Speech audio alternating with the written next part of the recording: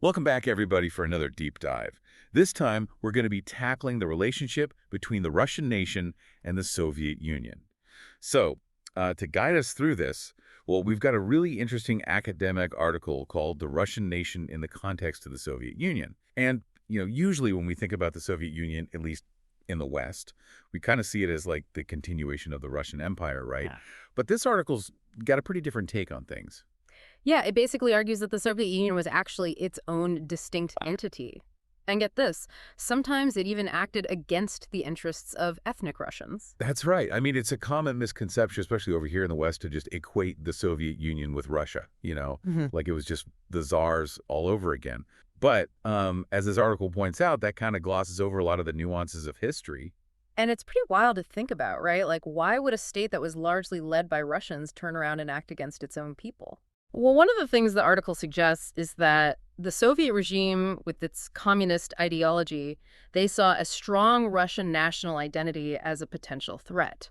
Because think about it, Russians already had this really strong cultural identity, and they had a long history of independence that went way back, even before the Soviet Union ever existed. So basically, they had this whole identity that was completely separate from the whole Soviet thing. Exactly. And that could have caused some serious problems for the So Soviets. in a way, like being Russian could have actually undermined the whole Soviet state. You got it. A strong Russian national identity could have led to all sorts of things, like people pushing back against the Soviet government's authority, or even, starting movements to try and break up the Soviet system altogether. It's kind of a paradox, right? Totally. It really makes you rethink the whole Soviet era. So, okay, if we're going to wrap our heads around this, I think we need to dig into the Soviet ideology a bit, because the article really emphasizes that the Soviet Union wasn't a national entity. It was more of an ideological one. Can you expand on that a little? Sure. So, to build this new society, the Soviets, they really downplayed pre-revolutionary Russian history. They even went so far as to rename cities. Really? Yeah, they got rid of anything that symbolized the czars and started promoting a whole new set of heroes who were, all about those communist ideals. So they were basically creating this new identity that had nothing to do with Russia's past. Yeah, pretty much. Wow, that's intense. Yeah. I mean, are there any specific examples of this kind of historical reshaping that really stand out to you? Well, probably one of the most symbolic things they did was move the capital from St. Petersburg to Moscow. Oh, yeah. I mean, both cities are super important in Russian history. So what made that move so significant? Well, St. Petersburg, with all its palaces and churches, it was really tied to the Romanovs, the Tsars. It represented the empire and the Orthodox Church, and that didn't really fit with the whole Soviet vision.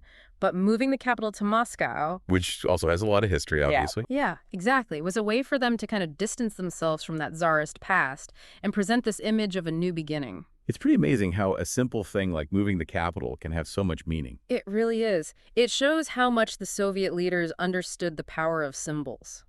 For sure.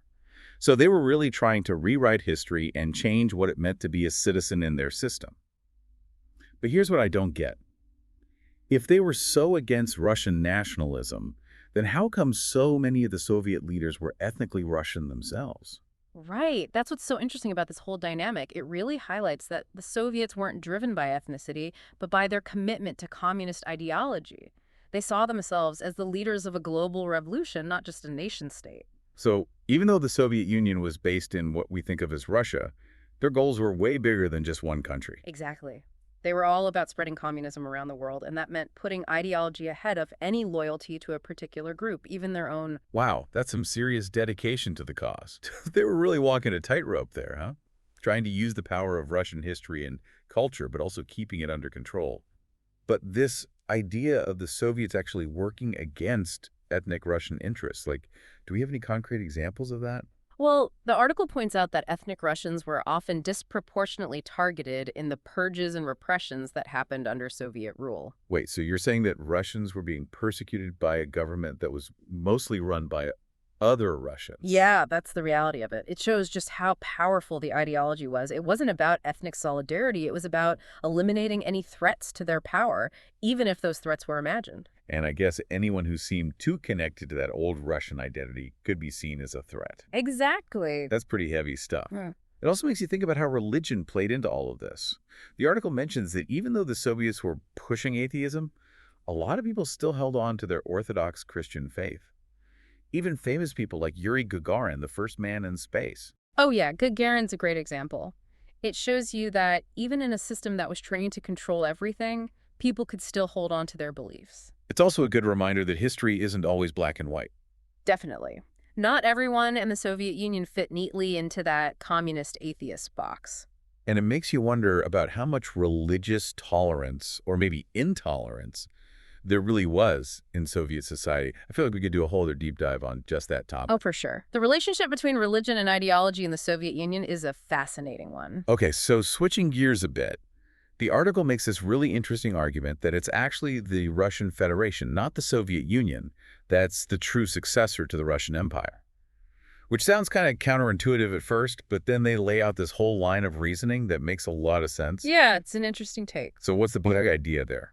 Well, the article argues that the Russian Federation, unlike the Soviet Union, it embraces elements of both Tsarist and Soviet history. So while the Soviets were trying to completely break from the past, the Russian Federation is acknowledging that there's a connection between these different eras. And you can see that connection everywhere, right? Like in the way they've brought back some historical symbols and the revival of Orthodox Christianity. Exactly. Like they're reclaiming parts of their pre-Soviet identity while also recognizing the impact of the Soviet period. You've got it. It's a complicated process, but it shows a deeper understanding of Russian history. It really does. And it raises a question that I've been thinking about throughout this whole conversation. If we accept this idea that the Soviet period was like a break from the normal flow of Russian history, how do you think that's going to shape Russia's future? That's a tough question. It's something that historians and political scientists are debating right now, and there's no easy answer. But I think it's safe to say that Russia's future is going to be heavily influenced by how it deals with its past. So how they reconcile these different parts of their history. But is it about integrating those different elements, or more about choosing which ones to embrace and which ones to reject? I don't think it's as simple as just choosing one or the other. It's about understanding the complexities, acknowledging both the good and the bad of each era, and finding a way to weave them all into a story that can guide Russia's future. That sounds like a pretty monumental task, It is. especially given everything that's happened in Russian history.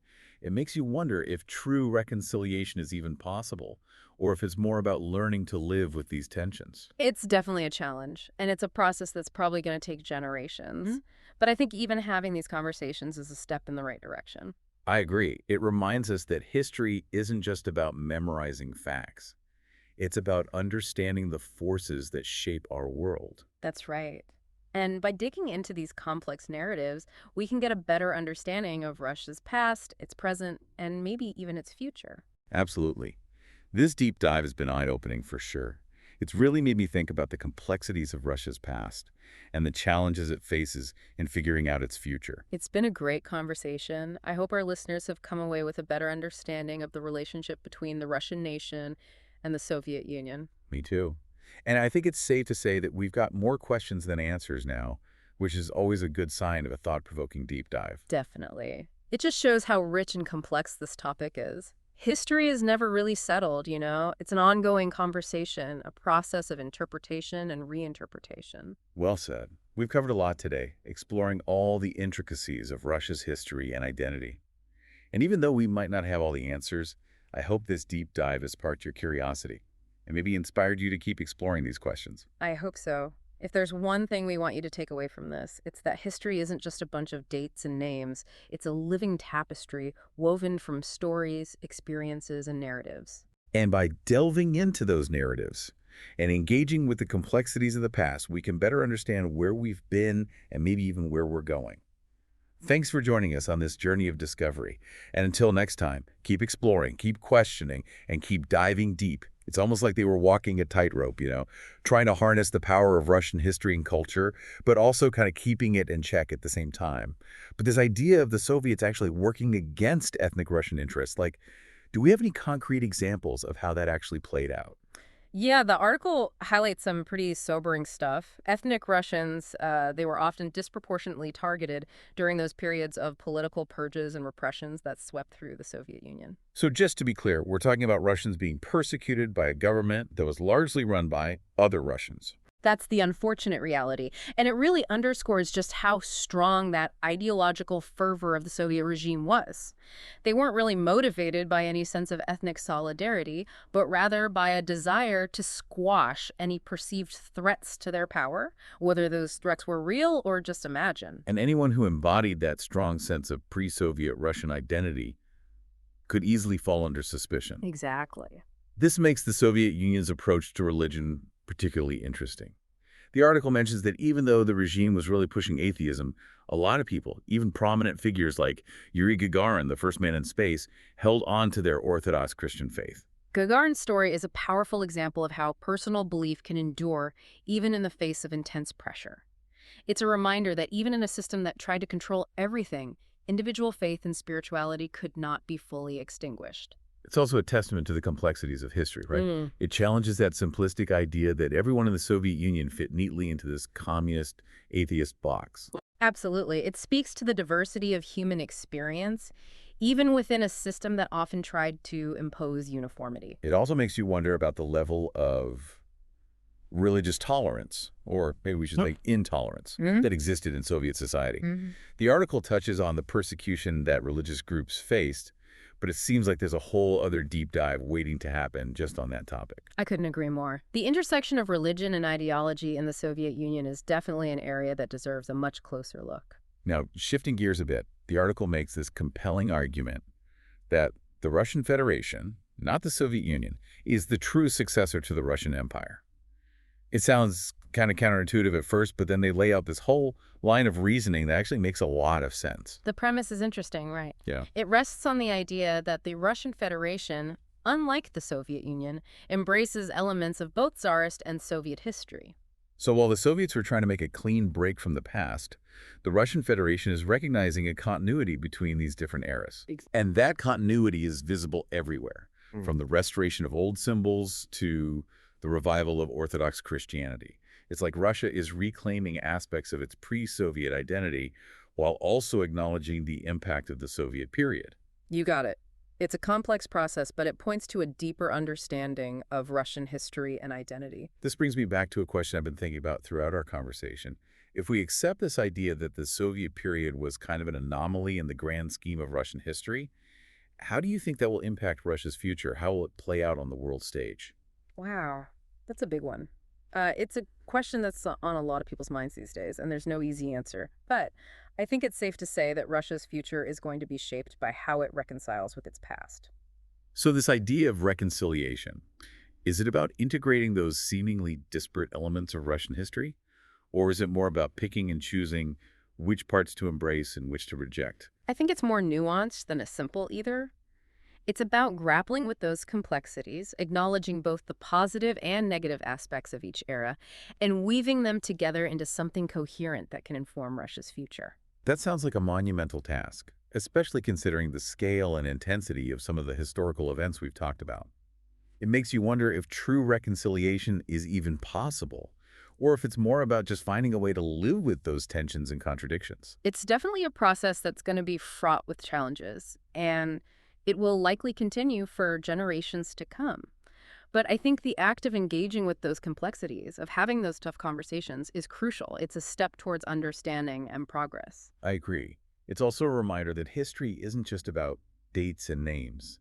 It's about understanding the forces that shape our world today and the world we'll live in tomorrow. Absolutely. And by delving into these complex historical narratives, we can gain a deeper understanding not just of Russia's past, but also its present and the different paths it might take in the future. You know, as we're talking about Russia reconciling with its past, I keep thinking about that image from the article, the one with the banners of Tsar Nicholas II, right there alongside Stalin in modern-day Russia. It's a striking image, isn't it? It really is. It kind of captures the complicated relationship that Russia has with its own history, doesn't it? You've got the Tsar representing imperial power, the old ways of doing things, and then you've got Stalin, who embodies the whole Soviet era and its revolutionary ideology. It's like these two totally different worlds are colliding, but they're being presented together side by side, almost as if Russia's trying to say, hey, this is all part of who we are. Yeah, you hit the nail on the head. It suggests that Russia's not trying to hide from its past, even the parts that are, well, controversial. It's more about recognizing its whole history. The good, the bad, the revolutionaries, the monarchs, it's all there. But that makes you wonder, how do you build a unified national identity when you're dealing with such a mixed bag of historical figures and events? That's the big question, isn't it? A lot of nations grapple with this, but it's especially tricky for Russia, given its, well, let's just say eventful history. And it's definitely still a work in progress. Do you think this effort to bring together those Tsarist and Soviet elements into a modern Russian identity is more about looking back or looking forward? I think it's a bit of both, to be honest. It's about understanding the past, learning from those experiences, and using that knowledge to figure out what direction they want to go in next. Which brings us back to something we talked about earlier, that idea of the Soviet period being viewed as kind of an anomaly in the bigger picture of Russian history. So if that idea becomes more widely accepted, how could it affect Russia's role on the world stage? That's a fascinating question to think about.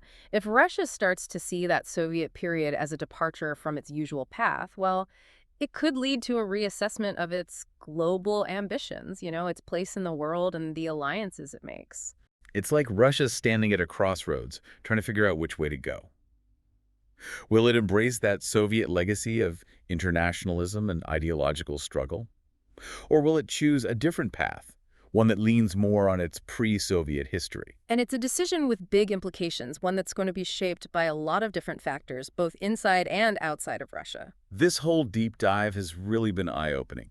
It's made me appreciate just how complex Russia's past is and how challenging it must be to define its future. I agree. It's been a really thought-provoking conversation. I hope everyone listening has gained a new perspective on the relationship between the Russian nation and the Soviet Union.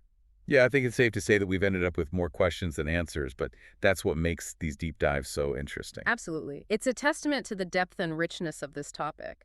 And it reminds us that history is always evolving. There's always something new to discover and interpret. Well said. We've covered a lot of ground today, exploring the twists and turns of Russia's history and the different layers of its identity. And while we might not have all the answers, hopefully this deep dive has made you curious and eager to learn more. I hope so. If you take away just one thing from our conversation, let it be this. History isn't just a static collection of dates and names. It's a living, breathing thing, woven together from countless stories, shared experiences, and narratives that are constantly changing. And by really diving into those narratives, by wrestling with the complexities of the past, we can gain a deeper understanding not only of where we've come from, but also where we might be going. Thanks for joining us on this journey, everyone. Until next time, keep exploring, keep asking questions, and keep diving deep.